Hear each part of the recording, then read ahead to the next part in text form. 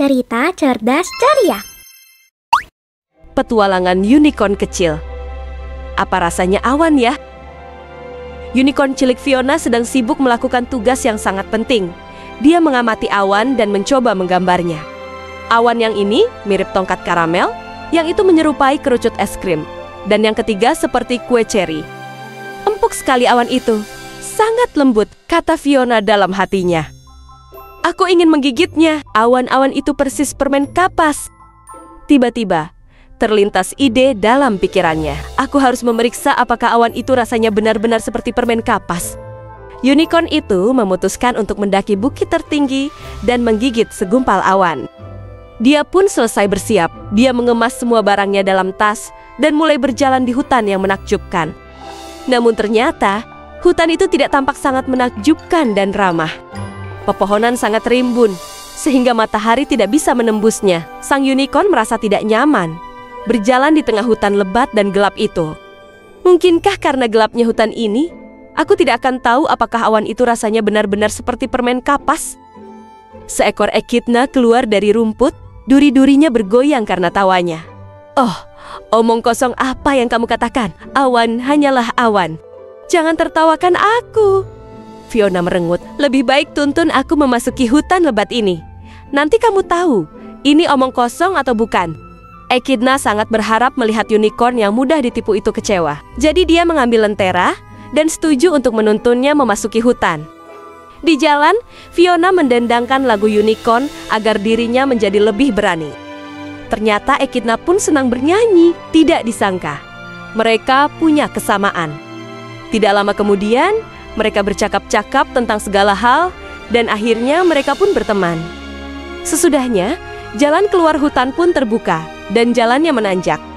Jalannya semakin sempit dan Fiona harus berusaha menaiki bukit itu. Dan Echidna berusaha lebih keras lagi dengan kakinya yang pendek. Unicorn merasa kecewa. Ya ampun, mungkinkah kita tidak pernah tahu kalau awan itu rasanya seperti permen kapas, walaupun kita sangat dekat? Tiba-tiba, seekor kambing muda melompat keluar dari celah-celah. Aku sudah mendengar pembicaraan kalian. Aku bisa menuntun kalian.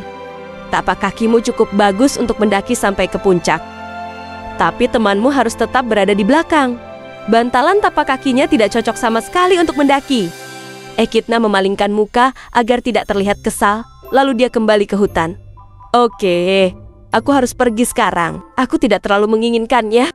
Fiona menahan si Echidna. Aku tidak akan pergi tanpa kamu, katanya. Kamu temanku, dan aku selalu berada di dekat temanku.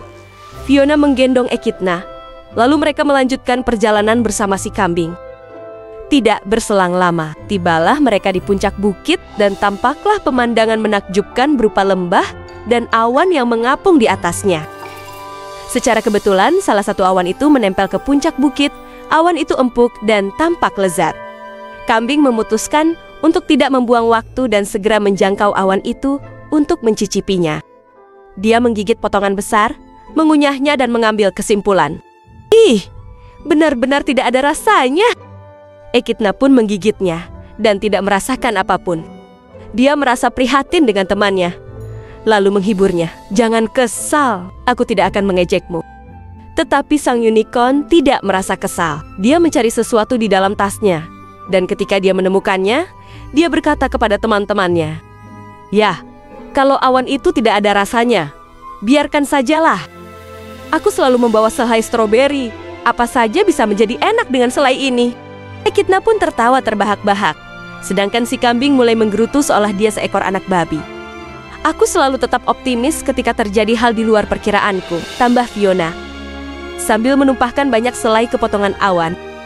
Tidak ada yang lebih penting daripada berjumpa dengan kalian. Dan sekarang, kita menjadi sahabat terbaik di seluruh dunia. Tamat.